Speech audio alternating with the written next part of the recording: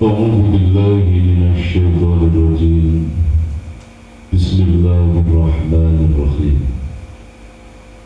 بسم الله الكافي هو الله. بسم الله الشافي هو الله. بسم الله الوافي هو الله. الحمد لله بنور الصافي الحكمة. أشهد أن لا إله إلا الله وحده لا شريك له المالك الحق المبين. وأشهد أن محمدا عبده ورسوله لا نبي بعده صادق الوعد الأمين. اللهم صل وسلم على رسول الحكمة وعلى رسول الأنبياء ونور السلام. طه صلى الله على محمد يا عالم الحكيم الخبير المبين الهادي عالم الغيوب. ربنا يا إلهنا والطف بنا يا أسفياء يا نور يا يا أنت يا الكاف يا عيسى برحمتك يا أرحم الراحمين. فقال الله تعالى في كتابه الكريم وهو أصدق القائلين. بسم الله الرحمن الرحيم. ألا بذكر الله تطمئن القلوب. الآية. يهديكم الله كلام الله. لا إله إلا الله محمد رسول الله. يا سيد البركة يا إمام الكرامة. أما بعد.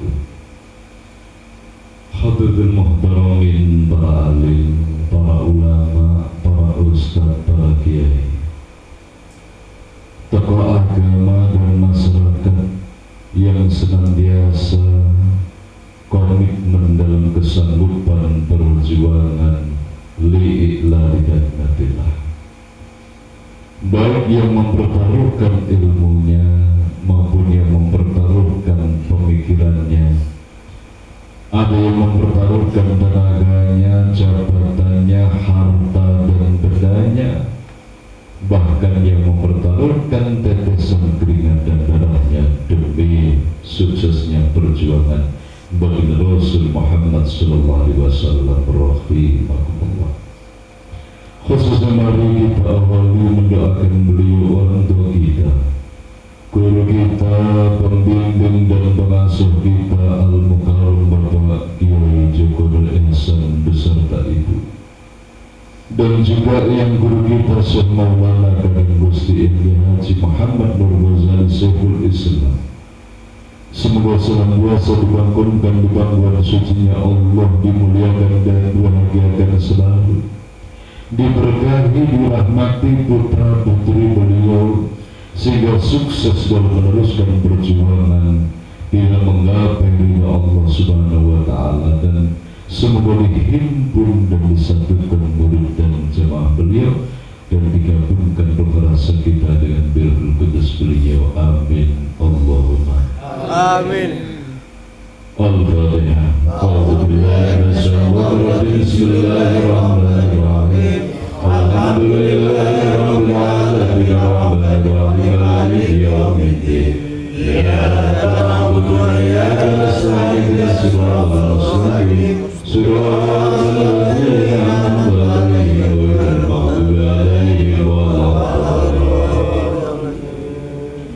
Kepada beliau, guru kita, sesepuh kita, Al-Mukarram Bapak Kiai Selamat Ma'ruf yang dimuliakan dan dirahmati Allah Subhanahu wa Ta'ala.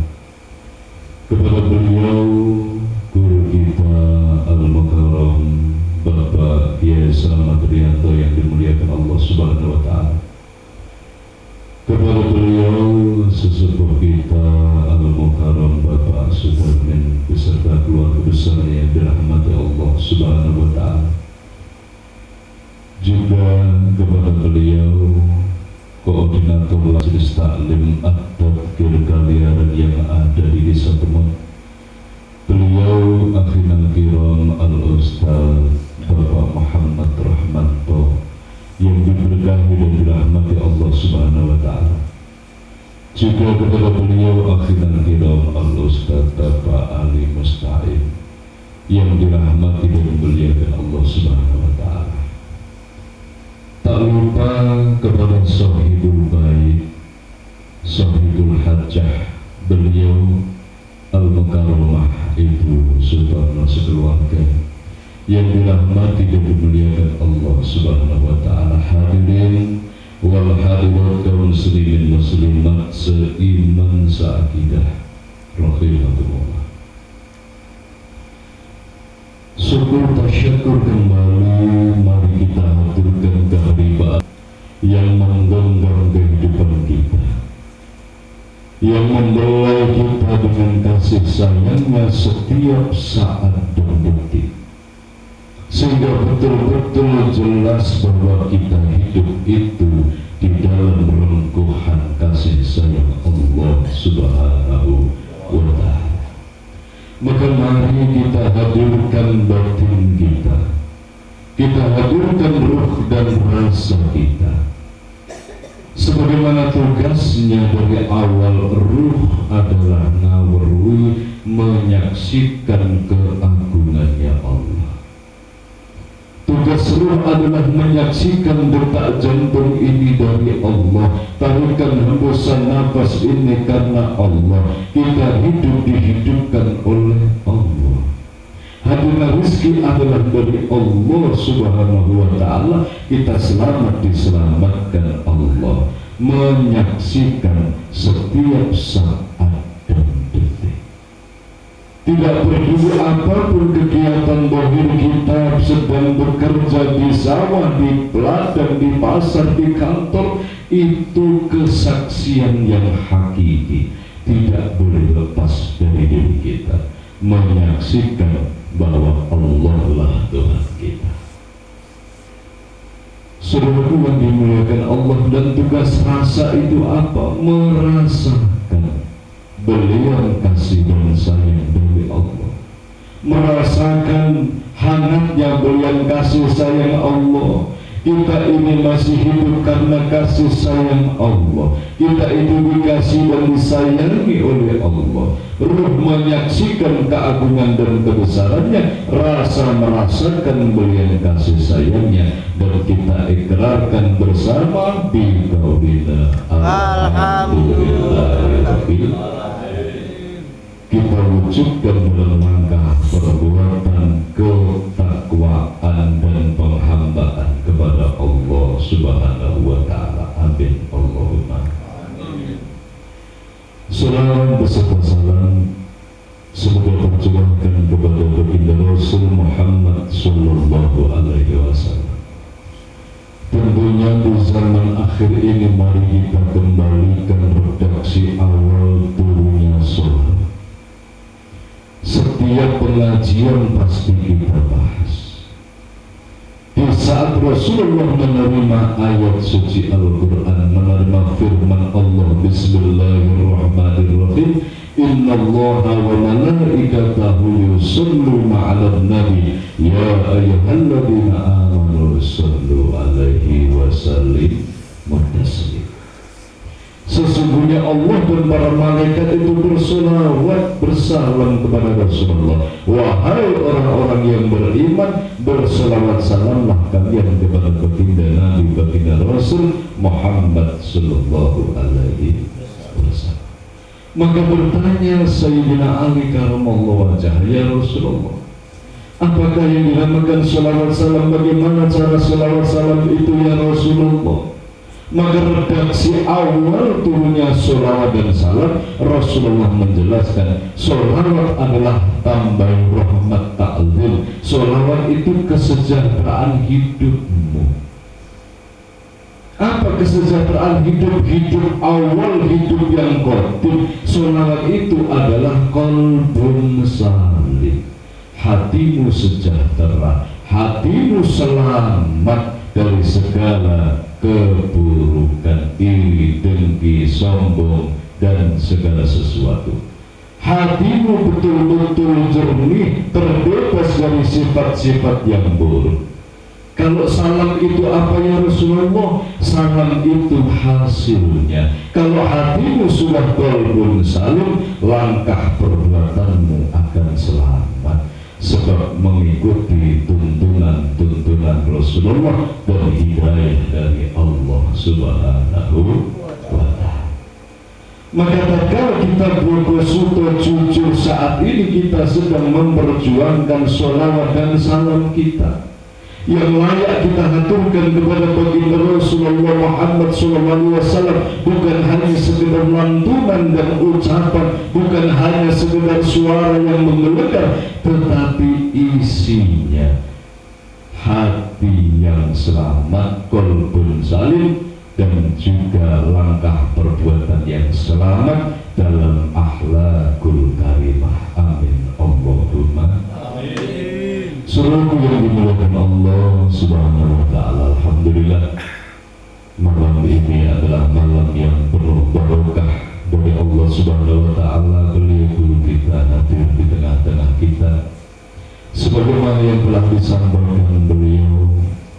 Sangat penting apa yang menjadi wasiat guru kita, mempelajari keimanan yang benar, mempelajari keislaman yang benar, dan mempelajari ihsan atau rasa yang benar.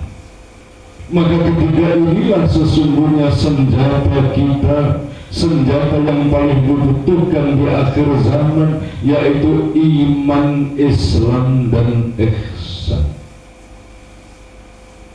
Secara baik dan benar betul-betul dijalankan sehingga wujud menjadi manusia yang sempurna. Kesempurnaan manusia itu apa? Manusia yang mampu menghambakan diri kepada Allah Subhanahu wa Ta'ala.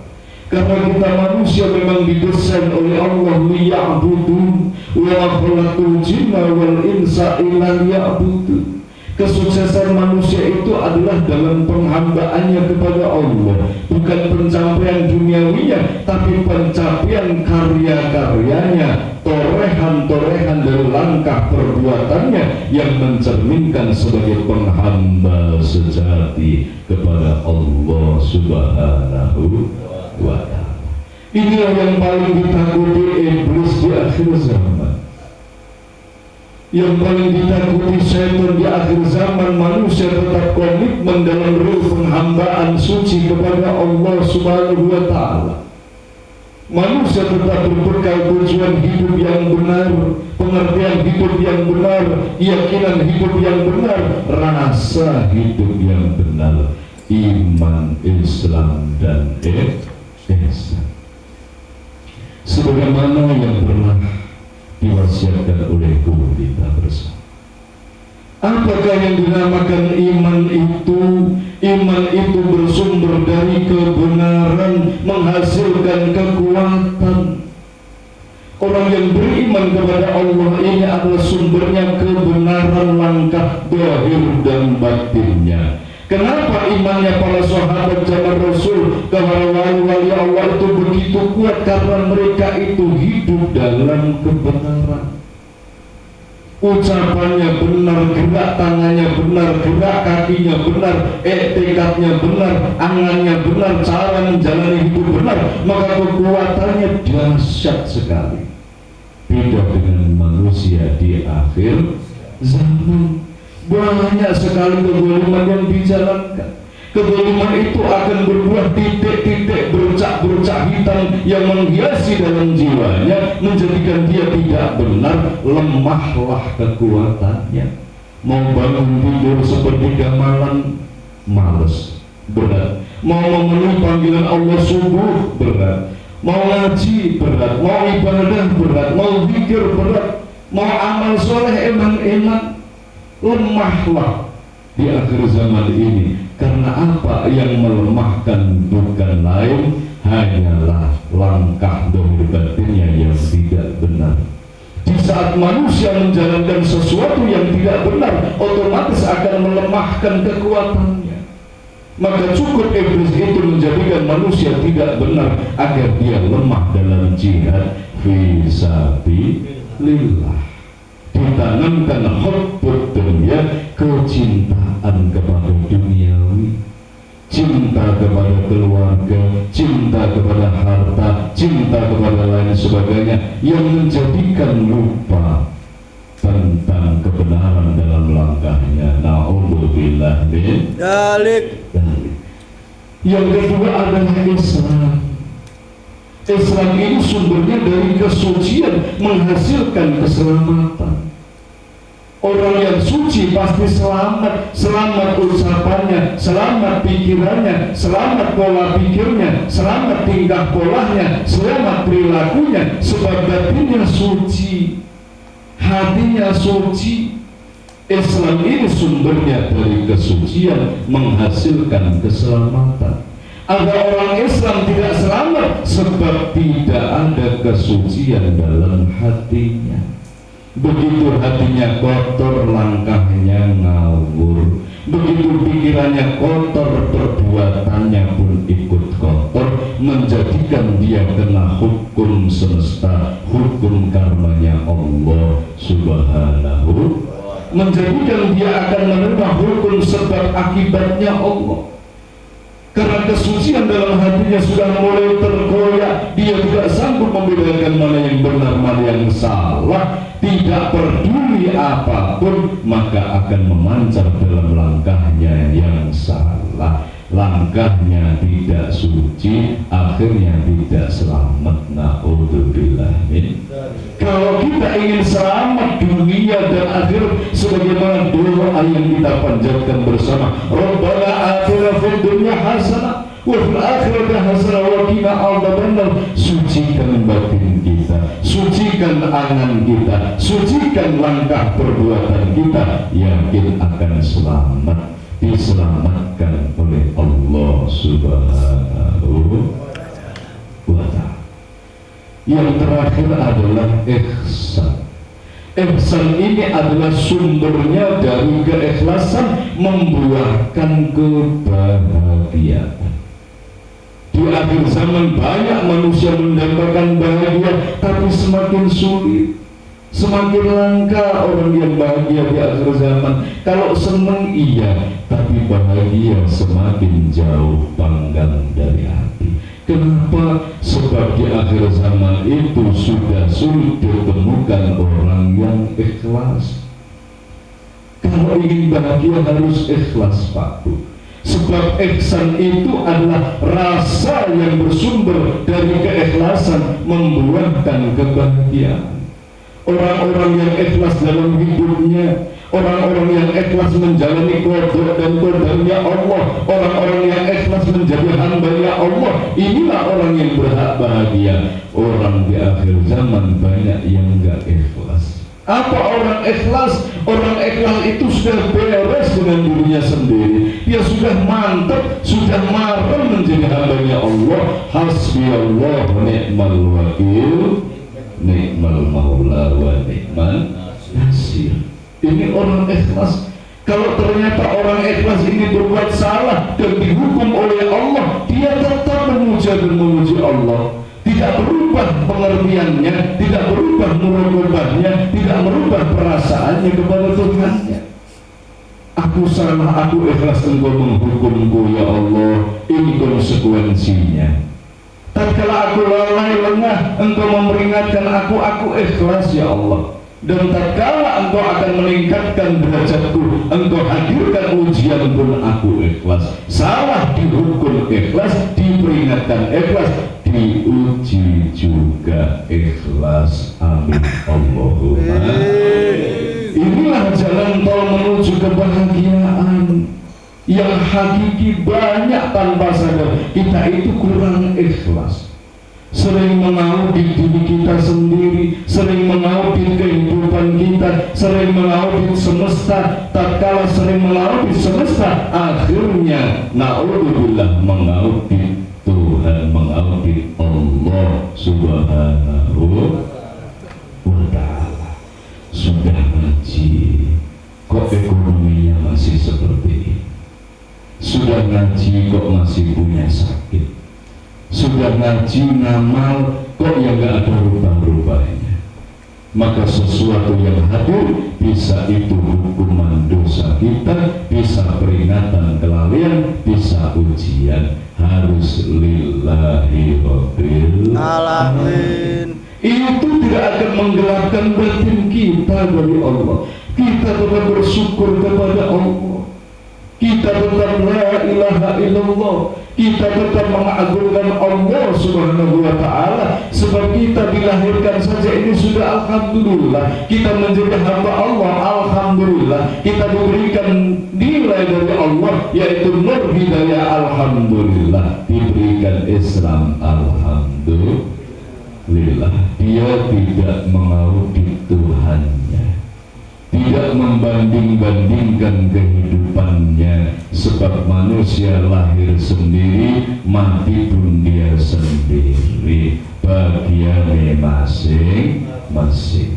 Maka jiwanya akan dipenuhi syukur kepada Allah. Inilah orang-orang yang bahagia di akhir zaman, orang yang ikhlas menjalani hidup dengan baik dan benar, orang yang ikhlas menjalani qada dan qadarnya Allah. Qada adalah rencana Tuhan, qadar adalah kepastian dari Allah subhanahu wa ta'ala. Maka sekali lagi, kalau kita ingin tenang bahagia hidupnya, belajarlah ikhlas dalam menjalani kehidupan ini sebagai hamba Allah. Bangunlah tidur dengan rasa bersyukur, berseri-seri, bergembira kepada Allah, karena masih diberikan detak jantung, masih diberikan nafas, masih diberikan kehidupan, masih diberikan kenikmatan dari Allah.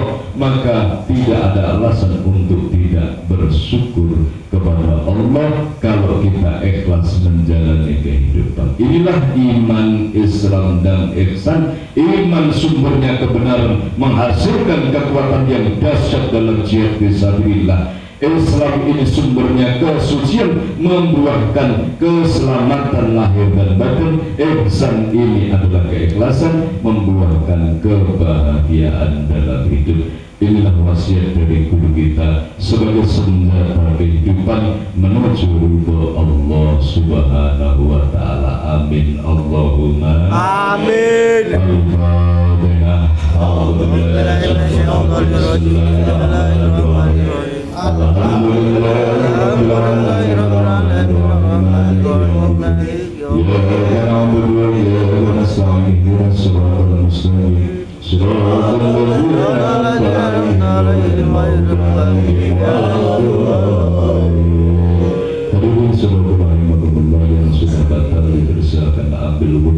Mari kita istighosah bersama-sama sambil menunggu saudara-saudara kita yang wudhu sebelum sholat berjamaah.